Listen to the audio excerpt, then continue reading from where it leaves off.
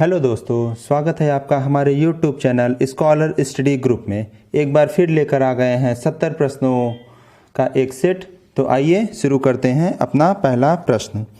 पहला प्रश्न है, विद्युत क्षेत्र तीव्रता और चुंबकीय क्षेत्र तीव्रता के अनुपात का आयाम कितना होता है? तो देखिए ऑप्शन हमारे पास है प्रेरकत्व, ऊर्जा, धारिता और प्रतिरोध। तो हमारा आंसर क्या हो जाएगा? प्रतिरोध।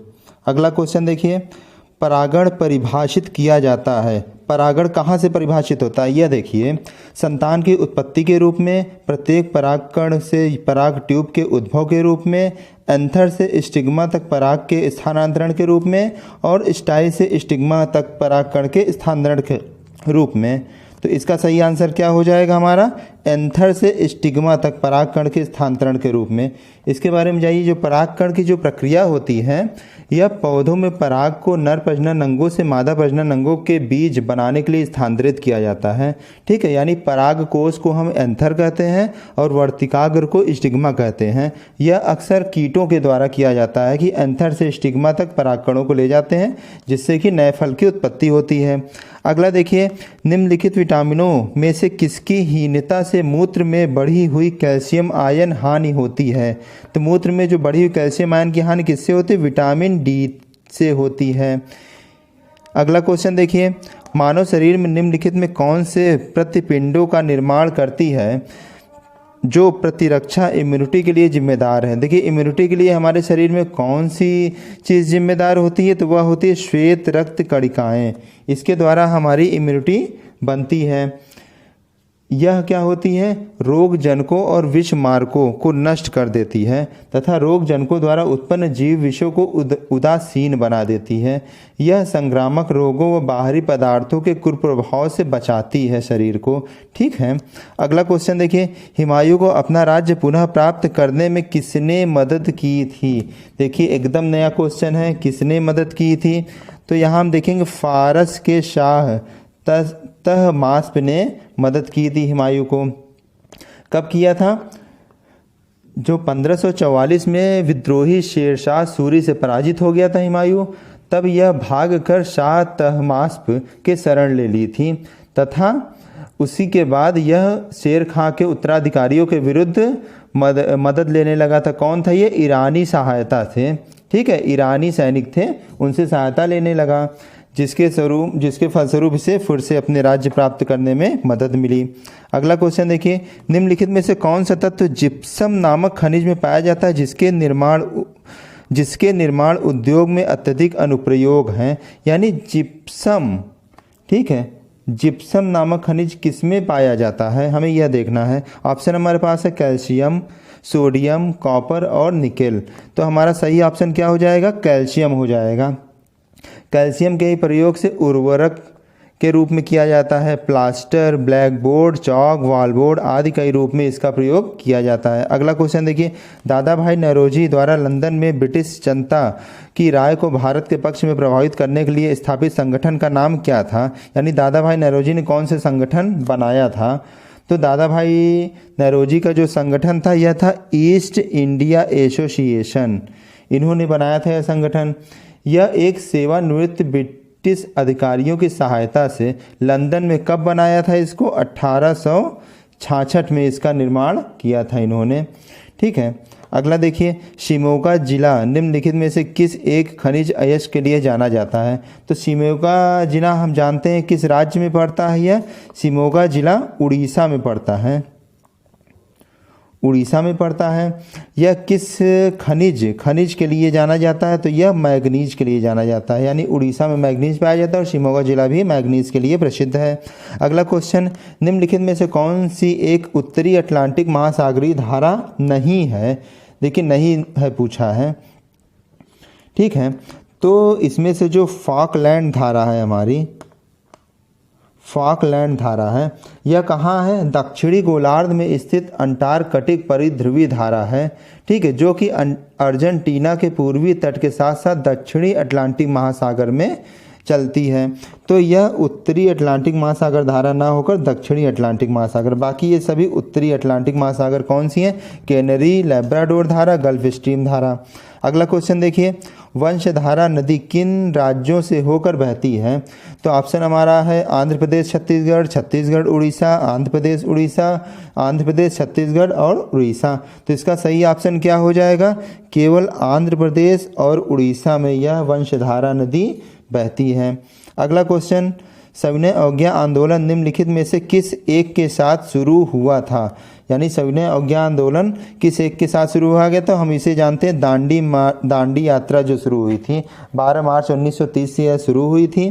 ठीक है, उसी के साथ साथ सविनय अवज्ञा आंदोलन भी शुरू हो गया था।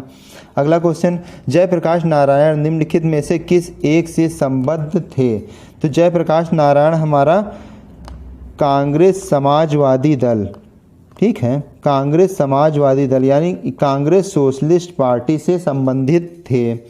इसकी शुरुआत कब हुई थी? देखिए, यह समाजवादी बैठक थी, एक हुई थी 1934 में, जहां पर कांग्रेस समाजवादी पार्टी का गठन हुआ था। आचार्य नरेंद्र देव इसके प्रथम अध्यक्ष बने थे तथा जयप्रकाश नारायण इसके प्रथम महासचिव थे। अगला क्वेश्चन देखिए, निम्नलिखित में से कौन सा एक बायोगैस गोबर गैस का एक प्रमुख घटक है? तो हम जानते हैं गोबर गैस का प्रमुख घटक कौन सा होता है? यह होता है मेथेन। गोबर गैस बनाई जाती है, ठीक है, जिसमें जो ये गाय के गोबर या भैंस के गोबर होते हैं उसके विघटन से गोबर गैस उत्पन्न होती है।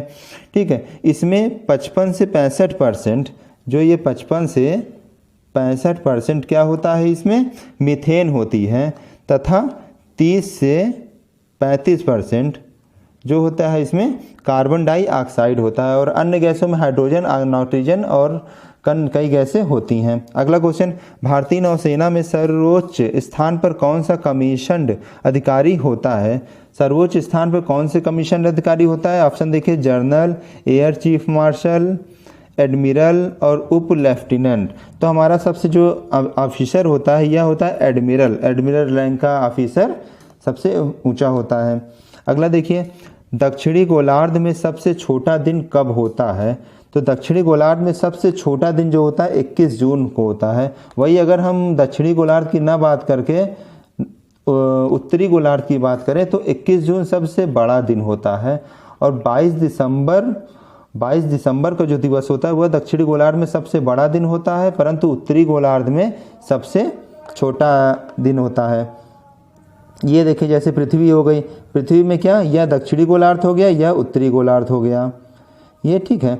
तो दक्षिणी गोलार्ध में 21 जून जो होगा इस समय यहाँ पे भयंकर ठंडी रहेगी और वही नॉर्थ में 21 जून में भयंकर गर्मी रहेगी, जिस कारण यहाँ पे दिन छोटा, साउथ गोलार्ध में दिन छोटा और रात बड़ी हो जाती है और नॉर्थ गोलार्ध में दिन बड़ा और रातें छोटी हो जाती हैं। अगला क्वेश्चन देखिए, निम्बस किस मेघ को दर्शाता है? निम्बस देखिए कौन सा मेघ होता है? यह वर्षा मेघ होते हैं निम्बस। निम्बस को हम क्या कहते हैं? वर्षा मेघ भी कहते हैं। जो कुछ प्रकार की वर्षा का संकेत करते हैं निम्बस कहलाते हैं।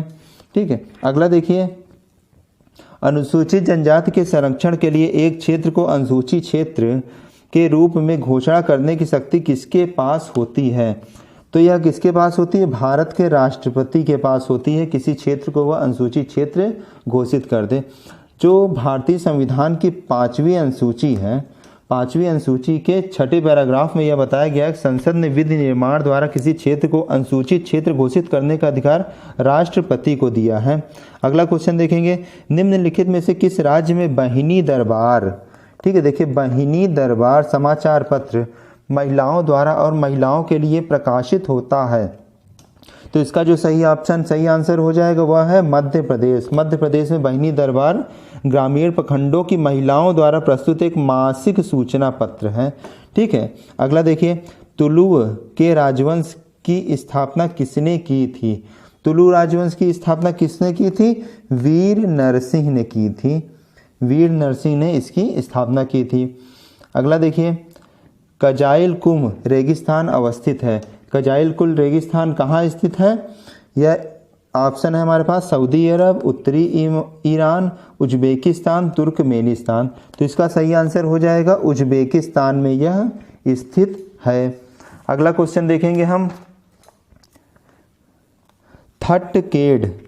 थट्टेकड पक्षी अभ्यारण्य कहाँ स्थित? देखिए बिल्कुल नया पक्षी अभ्यारण्य है, यह कहाँ स्थित है? तो हमारे पास ऑप्शन है केरल, अरुणाचल प्रदेश, पंजाब, गुजरात। तो इसका ऑप्शन जो सही होगा वह होगा कौन? केरल। केरल में एर्नाकुलम जिला है एक, वहाँ पे यह केरल का पहला पक्षी अभ्यारण्य था। यानी यह केरल का, कभी पूछा जाए फर्स्ट पक्षी अभ्यारण्य कौन सा हो जाएगा, तो थट्टेकड यह हो जाएगा। अगला क्वेश्चन देखिए, राज्यपाल के संदर्भ में कौन सा कथन सही है? तो देखिए इसमें ऑप्शन क्या है, वह राज्य के विधान परिषद के 1/4 सदस्यों को मनोनीत करता है। नहीं, ये गलत हो जाएगा। वह 1/6 सदस्यों को मनोनीत करता है, यानी पहला ऑप्शन गलत हो जाएगा। अगला देखिए, वह एंग्लो इंडियन समुदाय से राज्य विधानसभा के लिए 2 सदस्यों को मनोनीत करता है। तो देखिए आर्टिकल जो 331 होता है उसमें राष्ट्रपति का कार्य होता है कि वह 2 एंग्लो इंडियन को लोकसभा में मनोनीत करे, परंतु आर्टिकल जो 333 होता है, 333 के अंतर्गत राज्यपाल 1 एंग्लो इंडियन को मनोनीत कर सकता है। इसलिए दूसरा ऑप्शन भी हमारा गलत हो जाएगा। तो इसका सही ऑप्शन हो जाएगा उपरोक्त में से कोई नहीं। अगला देखिए, निम्नलिखित में से कौन सा सही सुमेलित नहीं है? सही सुमेलित नहीं है। तो इसमें जो सूफीवाद, दिव्य प्रेम की केंद्रितता, सिख पंथ ईश्वर की अद्वैतता तथा मानव समानता, सत्य पंथ सामाजिक भेदभाव रहित भक्ति संप्रदाय, सगुण किसी प्रकार की मूर्ति पूजा की अस्वीकृत। यानी देखिए इसमें पूछा कौन सा सुमेलित नहीं है। ठीक है, कौन सा सुमेलित नहीं है?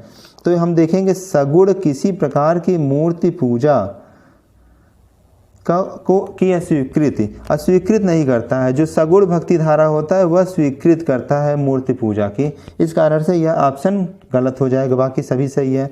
अगला क्वेश्चन देखिए, निम्न में से प्लेग के उपचार में किस दवाई का उपयोग होता है? तो प्लेग के उपचार में जो दवाई का प्रयोग होता है वह है स्ट्रेप्टोमाइसिन। ठीक है, इससे क्या कहते हैं, इसके अन्य नाम है स्ट्रेप्टोमाइसिन के टेट्रासाइक्लिन का प्रयोग भी किया जाता है।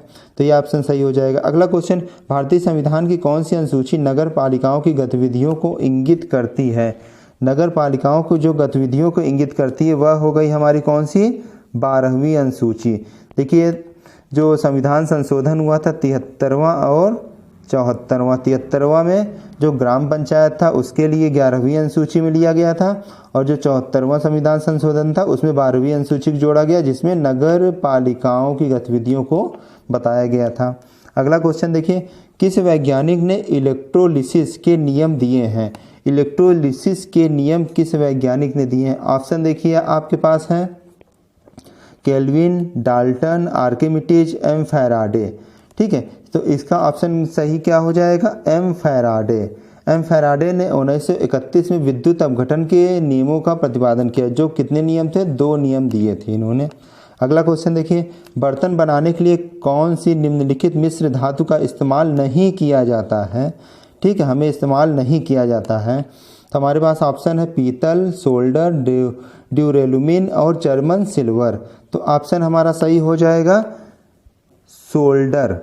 ठीक है, सोल्डर हमारा ऑप्शन सही हो जाएगा। इसका प्रयोग हम मिश्र धातु के इस्तेमाल नहीं किया जाता है बर्तन बनाने में, ये इस मिश्र धातु का इस्तेमाल नहीं किया जाता है। देखिए सोल्डर में क्या होता है, 50% लेड यानी शीशा होता है, 50% टिन होता है। ठीक है, जिसको सोल्डर वेल्डिंग के काम किया जाता है, इसका प्रयोग बर्तन में नहीं किया जाता है। अगला क्वेश्चन देखिए, किण्वन प्रक्रिया द्वारा उत्पादित पहला विटामिन कौन सा है? तो किण्वन प्रक्रिया द्वारा उत्पादित पहला विटामिन जो होता है यह विटामिन B12। देखिए ऑप्शन आपको विटामिन सी लग रहा होगा, लेकिन इसमें सही जो ऑप्शन होगा, पूछा पहला विटामिन कौन सा है। ठीक है, तो इसके अंतर्गत क्या है, देखिए किण्वनीकृत द्वारा मुख्यतः विटामिन B12 और विटामिन B12 संश्लेषण के उत्पादन पर बल दिया जाता है। ठीक है, तो इसमें अगला देखिए क्वेश्चन, निम्नलिखित में से कौन सा कथन भारतीय रुपए की परिवर्तनीयता के संदर्भ में सही है? यानी भारतीय रुपए की परिवर्तनीयता हमें देखनी है। ठीक है, तो इसमें सही ऑप्शन क्या हो जाएगा? यह चालू और पूंजी लेखा दोनों पर परिवर्तनीय है। ठीक है, यानी चालू पर भी है और पूंजी पर भी है, यह परिवर्तनीय। देखिए, परिवर्तनीय मुद्रा कहते किसे हैं? आप लोग इसे यह जानने की कोशिश करिएगा। परिवर्तनीय मुद्रा कहते हैं उस मुद्रा को कहते हैं जिन्हें केंद्रीय बैंक या सरकारी संस्था की अनुमति के बिना खरीदा, बेचा और परिवर्तित किया जा सकता है। यानी केंद्रीय बैंक की अनुमति न हो फिर भी इसे खरीदा बेचा जा सकता है। भारतीय रुपया चालू खाते में पूरी तरीके से परिवर्तनीय है और भारतीय रिजर्व बैंक के अंतर्राष्ट्रीय निवेश पर नियंत्रण के कारण पूंजी खाते में आंशिक रूप से परिवर्तनीय है। यह 1991 तक पूंजी और चालू खाता दोनों पर सख्त नियंत्रण हुआ करता था, परंतु उसके बाद क्या हुआ? इसे परिवर्तनीय मुद्रा बना दिया गया। अगला क्वेश्चन देखिएगा, हमारे सामने है ट्रांसफर की खोज किसने की थी? ट्रांसफार्मर की खोज। तो ट्रांसफार्मर की खोज जो हमारे वैज्ञानिकों ने की थी वह माइकल फैराडे थे। माइकल फैराडे ने क्या 1931 में अपने विद्युत चुंबकीय प्रेरक सिद्धांत पर कार्य करते हुए ट्रांसफार्मर की खोज की थी। अगला क्वेश्चन देखिए, मकड़ी में श्वसन अंग कौन सा होता है? तो मकड़ी में जो श्वसन अंग होता है वह ऑप्शन हमारे सामने शरीर की सतह, book lungs, book gills, air bladder. तो हमारा सही ऑप्शन हो जाएगा बुक लंग्स। यह होता है, यह वायु में श्वसन करने वाले आर्थ्रोपॉड अर्थात संधिपाद जैसे मकड़ियों में पाया जाता है। ठीक है, यह वायु में श्वसन होता है। अगला क्वेश्चन देखिए हमारे सामने है, ताप या ज्वर को कम करने के लिए निम्नलिखित कौन सी दवा का इस्तेमाल होता है? यानी बुखार को कम करने के लिए किस दवा का हम इस्तेमाल करते हैं? तो हमारे सामने ऑप्शन में ट्रैंक्विलाइजर, अनेस्थेटिक, एंटीपायरेटिक्स और एंटीहिस्टामिन्स। तो हमारे पास जो सही ऑप्शन होगा वह है एंटीपायरेटिक्स। एंटीपायरेटिक्स का मतलब क्या होता है? एंटी का मतलब तो हम जानते हैं एंटी का मतलब होता है विरुद्ध। ठीक है, एंटी का मतलब हो जाता है विरुद्ध और जो पायरेटिक का मतलब होता है वह होता है ज्वर। ठीक है, ज्वर, यानी कि ज्वर के विरुद्ध यह काम करती है। अगला क्वेश्चन देखिएगा, डिनेचर्ड विकृतकृत अल्कोहल क्या होता है? विकृतकृत अल्कोहल क्या होता है? यह होता है एथेनॉल और मेथेनॉल, यह विकृतकृत होता है। जो मनुष्य द्वारा अल्कोहल एथेनॉल के उपभोग को रोकने के लिए इसे विकृत किया जाता है। अगला क्वेश्चन देखिए, पाटलिपुत्र को किस शासक ने सर्वप्रथम अपनी राजधानी बनाई थी? तो पाटलिपुत्र को जो सर्वप्रथम अपनी राजधानी बनाई थी वह चंद्रगुप्त मौर्य जी थे। ठीक है, चंद्रगुप्त मौर्य देखिए इसकी शुरुआत कब से हुई थी? महाजनपद काल में मगध के शासक उदयन ने पाटलिपुत्र की स्थापना की तथा मगध की राजधानी राजगृह से पाटलिपुत्र में स्थानांतरित किया। कालांतर में मौर्य सम्राट चंद्रगुप्त ने भी पाटलिपुत्र को अपनी राजधानी बनाया था। यानी अगर उदयन का नाम देता है तब तो यहाँ पे उदयन हो जाएगा, परंतु उदयन का नाम तो है नहीं यहाँ पे, इस कारण चंद्रगुप्त मौर्य हो जाएगा। अगला क्वेश्चन देखिए, इनमें से किस राष्ट्रपति ने 2 कालावधि तक भारत की सेवा की थी? तो भारत की सेवा 2 बार किसने की थी? हम जानते हैं भारत के पहले राष्ट्रपति कौन थे? डॉक्टर राजेंद्र प्रसाद। इन्होंने 2 बार राष्ट्रपति का पद धारण किया था। अगला क्वेश्चन, हास्य गैस क्या है? हास्य गैस, इसमें से ऑप्शन क्या है? Nitric oxide, nitrogen pentoxide, nitrogen peroxide और नाइट्रस ऑक्साइड। तो हमारी जो हास्य गैस होती है वह नाइट्रस ऑक्साइड होती है। नाइट्रस ऑक्साइड को सामान्यतः हंसाने वाली गैस के रूप में जाना जाता है। अगला क्वेश्चन, एमनेस्टी इंटरनेशनल एक संगठन है जो जुड़ा हुआ है। एमनेस्टी इंटरनेशनल किससे जुड़ा हुआ है? तो ऑप्शन हमारे पास है महिला अधिकारों के संरक्षण से, मानव अधिकारों के संरक्षण से, अस्पृश्यता के उन्मूलन से, उपयुक्त में से कोई नहीं। तो हमारे सामने ऑप्शन जो हो गया मानव अधिकारों के संरक्षण से, एमनेस्टी इंटरनेशनल इससे जुड़ा हुआ है। ठीक है, यह 1961 में लंदन में इस संगठन की स्थापना हुई थी। तो याद रखिएगा लंदन में इस संगठन को बनाया गया था। अगला क्वेश्चन जो है, प्रिंस ऑफ वेल्स कप किस खेल से संबंधित है? प्रिंस ऑफ वेल्स जो होता है गोल्फ से संबंधित होता है। ठीक है, वैसे यह कई खेलों से संबंधित जैसे आइस हॉकी, वॉलीबॉल, पोलो, बास्केटबॉल, परंतु गोल्फ जो प्रतियोगिता होती है इंग्लैंड में मैक्सिमम खेले जाती है, इसलिए प्रिंस ऑफ वेल्स के नाम से गोल्फ को जाना जाता है। अगला क्वेश्चन हम देखेंगे, निम्नलिखित में से किस क्षेत्रीय संगठन का मुख्यालय उस क्षेत्र के बाहर अवस्थित है? तो ऑप्शन हमारे पास है Organization of the Petroleum Exporting Countries, European Union, South Asian Association for Regional Corporation, Association of South East Asian Nations. ठीक है, तो हमारे पास जो ऑप्शन यह है, तो इसमें से जो हमारा पहला ऑप्शन है Organization of the Petroleum Exporting Countries, इसको हम अगर शॉर्ट में कहें तो ओपेक, OPEC, ओपेक जो ये देश होते हैं, ओपेक जो तेल उत्पादक और निर्यातक देश होते हैं यह, ठीक है, जिनका मुख्यालय कहाँ स्थित है? ऑस्ट्रिया में स्थित है। ठीक है, इसमें क्या है, एशिया, अफ्रीका और दक्षिण अमेरिका के सदस्य शामिल है, यानी एशिया, अफ्रीका और दक्षिण अमेरिका के सदस्य हैं, परंतु इसका मुख्यालय कहाँ है? ऑस्ट्रिया में है। इसकी स्थापना कब की गई थी? तो यह 1960 में इसकी स्थापना की गई थी, याद रख लीजिएगा अच्छे से। अगला क्वेश्चन हम देखेंगे, शिवाजी की राजधानी कहाँ पर थी? तो शिवाजी की राजधानी हम जानते हैं रायगढ़ में स्थित थी। ठीक है, अगला क्वेश्चन, 1857 में भारत का गवर्नर जनरल कौन था? 1857 की क्रांति जाहिर सी बात है बहुत फेमस है। इस समय जो गवर्नर जनरल था, ठीक है, वह कौन था? तो लॉर्ड कैनिंग उस समय गवर्नर जनरल बना था। ठीक है, यह 1856 से लेकर 1862 तक गवर्नर जनरल था। 1857 की जब क्रांति हुई थी उसके बाद ब्रिटिश सरकार ने जो भारत सरकार अधिनियम निकाला 1858, उसके अंतर्गत ईस्ट इंडिया कंपनी का शासन समाप्त कर दिया तथा केनिंग को भारत का प्रथम वायसराय बना दिया था। तो इसलिए ऑप्शन जो भारत का गवर्नर जनरल पूछा है उस वजह से केनिंग सही हो जाएगा। अगला क्वेश्चन हम देखेंगे, बंग भंग के बाद कौन सा आंदोलन शुरू हुआ था? ठीक है, बंग के आंदोलन, देखिए सविनय अवज्ञा आंदोलन हमारा कब शुरू हुआ था? यह 1930 था। भारत छोड़ो आंदोलन 1942 हो गया। स्वदेशी आंदोलन 1906 और 7 हो गया। असहयोग आंदोलन 1920 हो गया। तो हमारे पास जो क्वेश्चन है, बंग भंग आंदोलन कब शुरू हुआ था? 1905 को हुआ था। तो 1905 के बाद अगला कौन सा हो जाएगा? स्वदेशी आंदोलन हमारा सही ऑप्शन होगा, क्योंकि 1906-7 में शुरू हो गया था।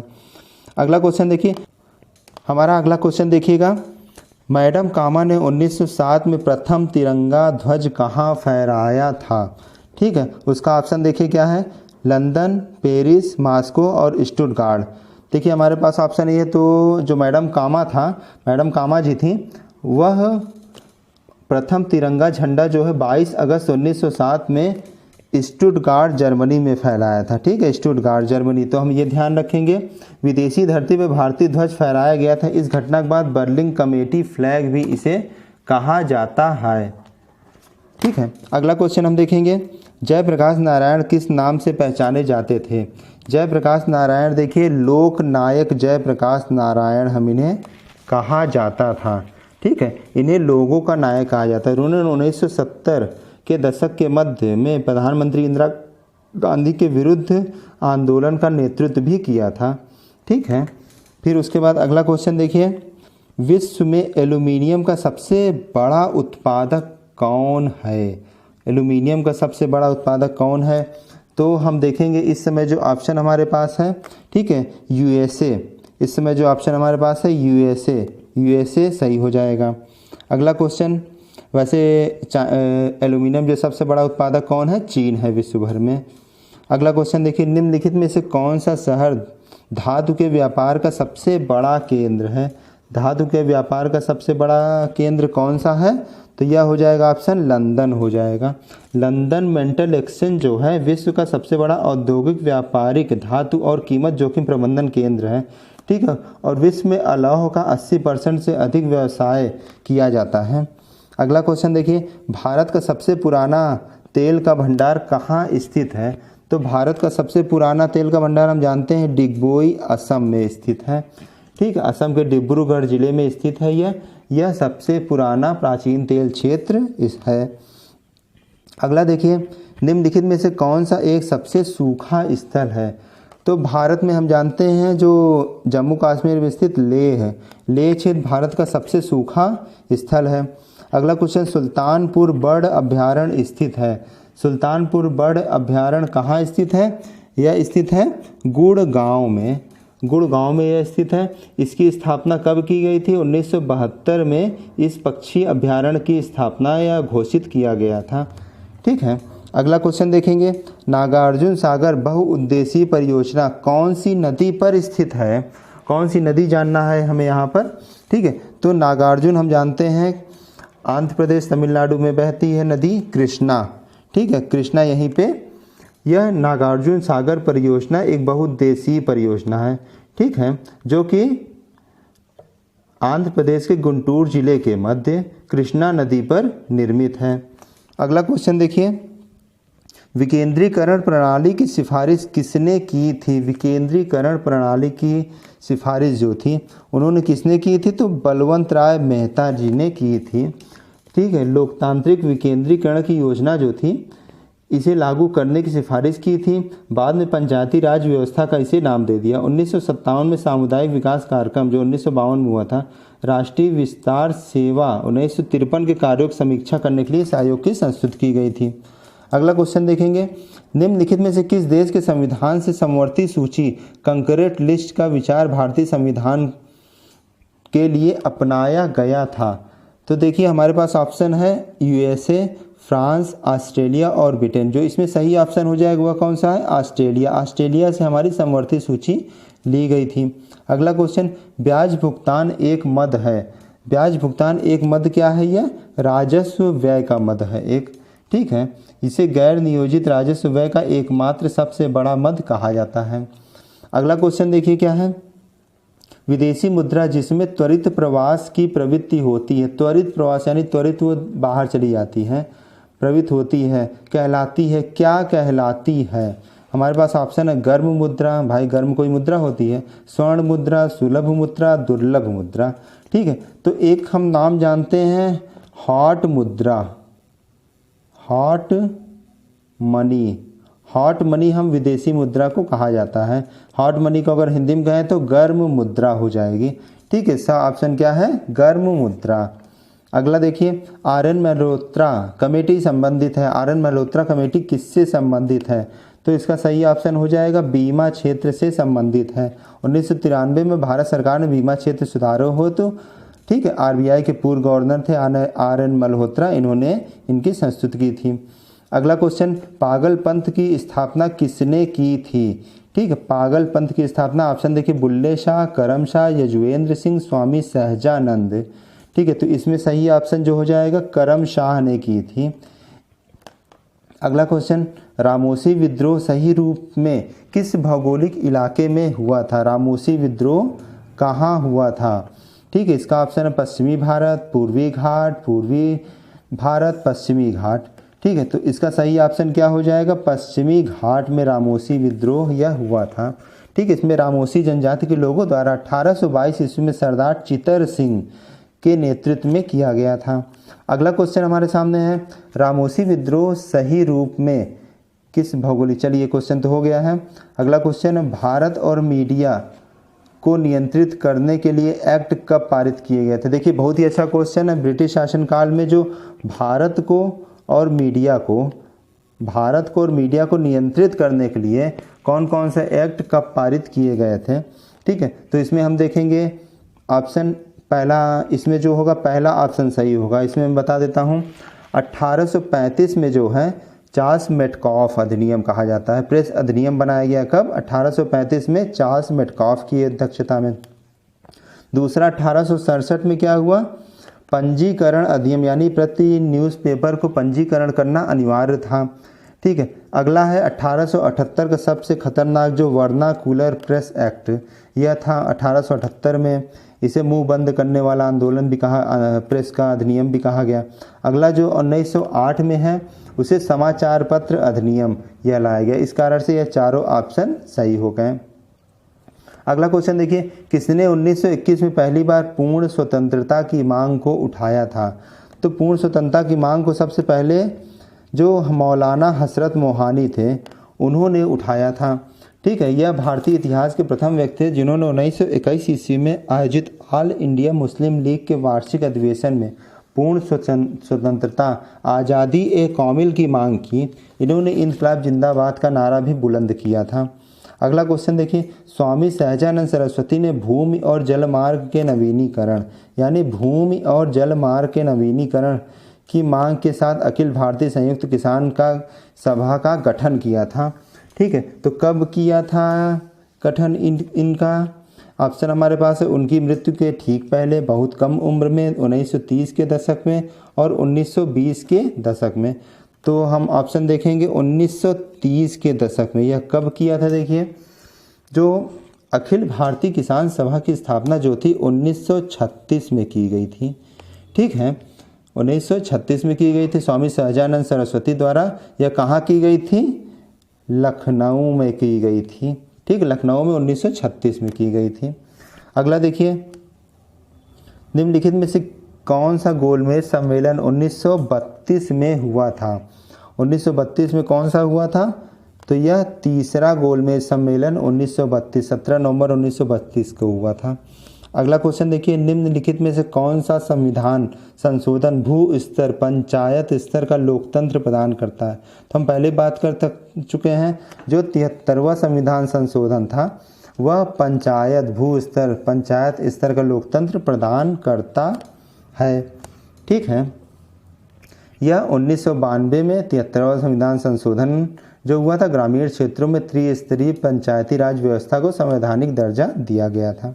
अगला क्वेश्चन देखिए, डीएनए को किसने अंतःपात्र में बनाया? अंतःपात्र को डीएनए ने किसने बनाया था? तो हमारे पास जो ऑप्शन है आर्थर कोर्नबर्ग।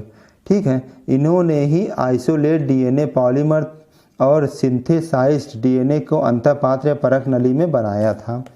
ठीक है, जिस कारण इन्हें 1959 में नोबेल पुरस्कार भी मिला था। अगला क्वेश्चन देखिए, निम्नलिखित में से कौन सा तत्व सभी कार्बनिक यौगिकों में मिलता है? तो हम जानते हैं सभी कार्बनिक यौगिकों में मिलने वाला तत्व कौन सा है? एकमात्र कार्बन ही होता है। अगला क्वेश्चन, यकृत एवं मांसपेशियों में ऊर्जा जमा होती है। ऊर्जा जमा होती है कैसे, किस रूप में जमा होती है यह ऊर्जा?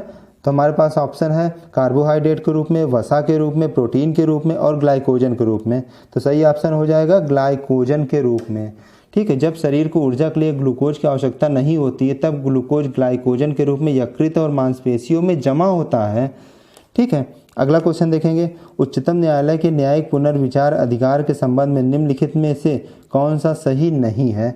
ऑप्शन देखिए क्या है, संसद द्वारा पारित कानून, विधानसभा द्वारा पारित कानून, कार्यकारी आदेश और अध्यादेश, अपने ही फैसले पर पुनर्विचार और सुधार का अधिकार नहीं है। तो हमारे पास जो ऑप्शन है, ठीक है, संसद द्वारा पारित कानून के ये न्यायिक पुनर्विचार कर सकता है, विधानसभा द्वारा पारित कानून को भी ये पुनर्विचार कर सकता है, कार्यकारी आदेश और अध्यादेश इस पे भी यह कार्यकारी आदेश के ऊपर भी पुनर्विचार कर सकता है, परंतु अपने फैसले पर पुनर्विचार और सुधार करने का अधिकार नहीं है। नहीं कैसे नहीं है? पुनर्विचार अपने फैसले पर दूसरी बेंच लगाकर इस पर भी पुनर्विचार किया जा सकता है, यानी कुल मिला के यह ऑप्शन गलत हो जाएगा। अगला क्वेश्चन, निम्नलिखित में से कौन अंतर्राज्यीय समिति के अध्यक्ष होते हैं? ठीक है, तो हम जानते हैं अंतर्राज्यीय समिति के अध्यक्ष जो होते हैं यह प्रधानमंत्री होते हैं। इसके अंतर्गत क्या होता है, जो भारत के प्रधानमंत्री होते हैं एक संवैधानिक निकाय होता है, यह इंटर स्टेट काउंसिल या फिर जिसे कहते हैं अंतर्राज्यीय समिति। ठीक है, अनुच्छेद 263 हम देखेंगे यहाँ 263 अनुच्छेद जो है उसके अंतर्गत यह जो 1990 में इसके अंतर्गत यह स्थापित किया गया था अंतर्राज्यीय समिति, जिसमें प्रधानमंत्री को अध्यक्ष बनाया गया था।